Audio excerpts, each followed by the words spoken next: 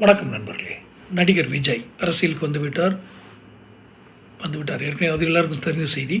இப்போது இப்தார் விருந்து, அதாவது இஸ்லாமியருடைய ரம்ஜான் நோன்பு விருது, அந்த நோன்பு திறப்பிற்கு அவர் வருகை புரிகிறார். தொப்பி வச்சுட்டு வந்தார் அப்படிலாம் சொல்கிறாங்க. ஓகே, தட்ஸ் அவருடைய விருப்பம். அது அவர் தொப்பி வச்சுட்டு வரலாம், எப்படி வேணாலும் வந்து கலந்து கொள்ளலாம், யார் வேண்டுமானாலும் கலந்து கொள்ளலாம், அதெல்லாம் தனிப்பட்ட விஷயம். நான் கேட்பது ஒரே ஒரு கேள்விதான். இந்துக்களுக்கு மிக மிக முக்கியமாக கருதப்படும் தமிழ் கடவுள் முருகனின் சஷ்டி, கந்த சஷ்டி விரதம் என்பது கடந்த தீபாவளி, அதை எப்போதுமே தீபாவளி கழிச்சோடனே அது ஆரம்பிக்கும். அந்த கடந்த வருடம் 2024 கந்த சஷ்டி விரதத்திற்கு அது தொடங்கும் பொழுதோ, அந்த விரதம் முடியும் நாளன்றோ, அந்த சூரசம்காரம் நடக்கிற அன்றைக்கோ அந்த விரதத்தை முடிக்கிறதுக்கு அல்லது ஆரம்பிக்கிறதுக்கு ஏன் விஜய் வரல?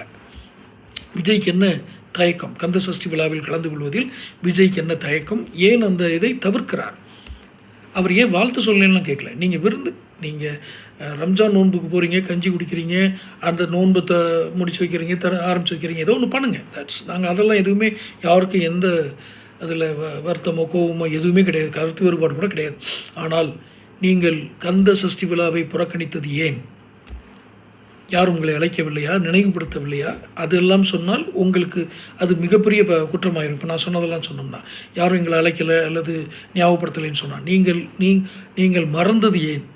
நீங்கள் ஞாபகப்படுத்தவில்லை என்றால் நீங்கள் தலைவராக இருக்க ஒரு தகுதி இல்லாதவர் என்று அர்த்தமாகிவிடும். கந்த சஷ்டி விழாவை மறந்துவிட்டு இந்துக்களுடைய பண்டிகைகளை தொடர்ந்து புறக்கணிக்கிறார் என்பதுதான் பொதுவான குற்றச்சாட்டு. நான் அந்த மாதிரி ஜாதி மதத்துக்குள்ளெல்லாம் அவர் இழுத்து விட விரும்பலை. ஆனால் அவர் மறந்தார் என்பது உண்மை. கந்த சஷ்டி விரதத்தை ஏன் மறந்தார் என்பதற்கு அவரும் அவர் கட்சியினரும் தான் பதில் சொல்ல வேண்டும். வியூக வகுப்பாளர்கள் அந்த ஜான் ஆரோக்கியசாமி, பிரசாந்த் கிஷோர், ஆதவ் அர்ஜுனா, இவங்கெல்லாம் பதில் சொல்லிலாம் யாரும் இவங்களை வியூகத்தை வச்சுட்டுலாம் நீங்கள் ஒன்றும் பண்ண போகிறதில்ல.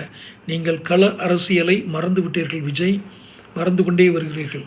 உங்களுக்கு பூத் கமிட்டிக்கு 70,000 பேர் கிடைக்கலாம், ஒவ்வொரு ஊர்லேயும் பூத் கமிட்டி அமைக்கலாம், ஒவ்வொரு தேர்தல் இதுக்கும் நீங்கள் கான்ஸ்டிடியூன்சிக்கும் நீங்கள் அமைக்கலாம், சட்டமன்ற தொகுதிக்கும் அமைக்கலாம், இதெல்லாம் வேறு. ஆனால் நீங்கள் மறந்து கொண்டே வருகிறீர்கள் ஒரு விஷயத்தை. என்ன தெரியுமா?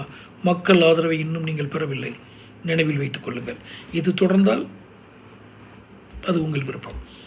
தொடர்ந்து சேனல் பாருங்கள், சப்ஸ்கிரைப் பண்ணுங்கள், நோட்டிஃபிகேஷன் பில் பதிவு பண்ணுங்கள். அடுத்தடுத்த பதிவுகளை அப்போ தான் உங்களுக்கு வந்து சேரும். பிடிச்சிருந்தால் லைக் பண்ணி ஷேர் பண்ணுங்கள். நன்றி.